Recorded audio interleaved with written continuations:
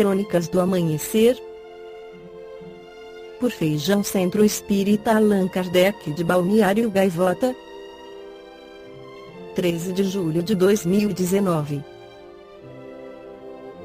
Os dependentes de telas. O vício sem substância que começa aos 14 anos. Eles chamam isto de vício sem substância. Adrián, de 14 anos, de Cádiz, sul da Espanha, o pegou no verão. Quase sem perceber, passava os dias trancado em seu quarto, quase não comia, e deixou de tomar banho. Sem se comunicar com a família, sua única atividade era jogar no console do PlayStation. Meus horários mudaram, passava a noite toda acordado e à tarde descansava algumas horas. Quando tinha fome, ia à cozinha buscar mais Red Bull, bebida energética, fazia alguns sanduíches e pegava um saco de batatas fritas, conta o jovem. No dia em que seus pais começaram a se preocupar, tiraram-lhe o console, o esconderam no carro e o menino se agarrou a ele de forma doentia, diz Isabel, a mãe. Tiveram de ir a uma delegacia para pôr fim ao conflito. Adrián não era mais Adrián, sempre foi carinhoso e agora se comportava de forma violenta. 1 em cada 5 espanhóis entre 10 e 25 anos sofrem de transtornos de comportamento devido à tecnologia, de acordo com uma pesquisa feita com 4.000 pessoas que será incluída no novo Plano Nacional sobre Drogas do Ministério da Saúde da Espanha. O vício em telas não é considerado uma doença e ficou fora do DSM-5, a classificação dos transtornos mentais elaborada pela Associação Norte-Americana de Psiquiatria, que atualizou a lista em 2013. A ludopatia, vício de jogar, é o único comportamento viciante reconhecido nesse documento, que associa dependência principalmente a substâncias álcool, fumo, estimulantes, maconha e opiáceos. Não existe um protocolo para agir nesses casos, o diagnóstico de novas doenças sempre vai a reboque das mudanças sociais. É preciso saber diferenciar entre consumo excessivo e vício, que é quando a pessoa perde o controle e sofre porque, embora queira parar, não consegue, explica Celso Arango, vice-presidente da Sociedade Espanhola de Psiquiatria. Em seu hospital, o Gregorio Marañón, em Madrid, o vício em videogames já é o segundo mais tratado depois da maconha, no caso dos adolescentes. No Livro dos Espíritos, Allan Kardec questiona na pergunta 913. Entre os vícios, qual o que podemos considerar radical? Já o dissemos muitas vezes: o egoísmo. Dele se deriva todo o mal. Estudai todos os vícios e vereis que no fundo de todos existe o egoísmo.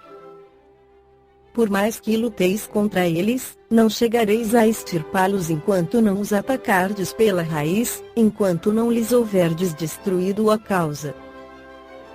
Que todos os vossos esforços tendam para esse fim, porque nele se encontra a verdadeira chaga da sociedade. Quem nesta vida quiser se aproximar da perfeição moral deve extirpar do seu coração todo sentimento de egoísmo, porque o egoísmo é incompatível com a justiça, o amor e a caridade, e ele neutraliza todas as outras qualidades. Allan Kardec segue questionando os espíritos. 917. Qual é o meio de se destruir o egoísmo? De todas as imperfeições humanas, a mais difícil de desenraizar é o egoísmo, porque se liga à influência da matéria, da qual o homem, ainda muito próximo da sua origem, não pôde libertar-se. Tudo concorre para entreter essa influência: suas leis, sua organização social, sua educação. O egoísmo se enfraquecerá com a predominância da vida moral sobre a vida material, e sobretudo com a compreensão que o Espiritismo vos dá quanto ao vosso estado futuro real e não desfigurado pelas ficções alegóricas. O Espiritismo bem compreendido, quando estiver identificado com os costumes e as crenças, transformará os hábitos, as usanças e as relações sociais. O egoísmo se funda na importância da personalidade. Ora, o espiritismo bem compreendido, repito, faz ver as coisas de tão alto que o sentimento da personalidade desaparece de alguma forma perante a imensidade. Ao destruir essa importância, ou pelo menos ao fazer ver a personalidade naquilo que de fato ela é, combate necessariamente o egoísmo. Concluímos que normalmente os vícios da humanidade são completamente materiais. Coisas como sexo, drogas, comida, luxo, consumismo, e que se tornam mais intensos e cada vez mais presentes no cotidiano das pessoas. Tais vícios são oriundos da nossa natureza imperfeita que ainda visa o material antes do espiritual. O prazer material sentido nessas atividades, como bem vimos, se deve ao fato da necessidade de que o homem as procure em prol da sua conservação em vida. O problema está que, pelo egoísmo e pela fraqueza moral, o homem se entrega a vícios supérfluos e desnecessários. Parece algo desnecessário, mas a maioria de nós possui algum tipo de vício nocivo à saúde em maior ou menor grau, por isso devemos ter em mente que precisamos nos conhecer a fim de que notemos nossos defeitos e nossas dificuldades. Notado isso, devemos trabalhá-las, o que significa lutar contra os arrastamentos negativos. Se soubermos quais são nossas dificuldades, teremos mais possibilidades de compreendê-las e com isso aplicarmos toda a nossa energia e vontade para que tenhamos hábitos mais saudáveis e compatíveis com espíritos em evolução que somos. O espírito André Luiz, pela psicografia de Francisco Cândido Xavier no livro Mecanismos da Mediunidade, afirma: a leitura de certa página, a consulta a esse ou aquele livro, determinada conversação, ou um interesse voltado para esse ou aquele assunto, nos colocam em correlação espontânea com as inteligências encarnadas ou desencarnadas que com ele se harmonizem, por intermédio das cargas mentais que acumulamos e emitimos. Na forma de quadros ou centelhas em série, com que aliciamos para o nosso convívio mental os que se entregam a ideações análogas às nossas.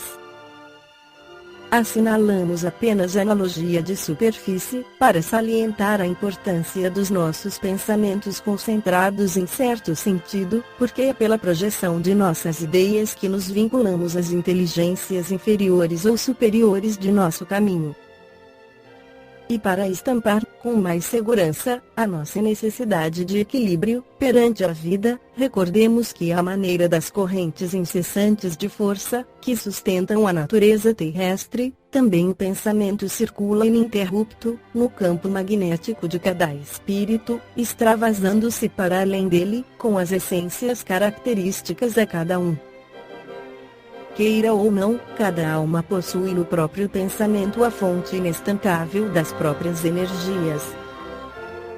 Correntes vivas fluem do íntimo de cada inteligência, a se lhe projetarem no halo energético, estruturando-lhe a aura ou fotosfera psíquica, à base de cargas magnéticas constantes, conforme a natureza que lhes é peculiar, de certa forma semelhantes às correntes de força que partem da massa planetária, compondo a atmosfera que a envolve.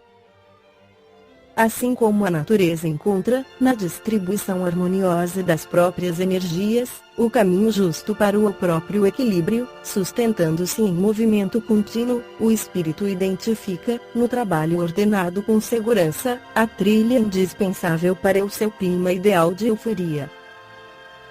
Quanto mais enobrecida a consciência, mais se lhe configurará a riqueza de imaginação e poder mental, surgindo, portanto, mais complexo o cabedal de suas cargas magnéticas ou correntes mentais, a vibrarem ao redor de si mesmo e a exigirem mais ampla quota de atividade construtiva no serviço em que se lhe plasmem vocação e aptidão.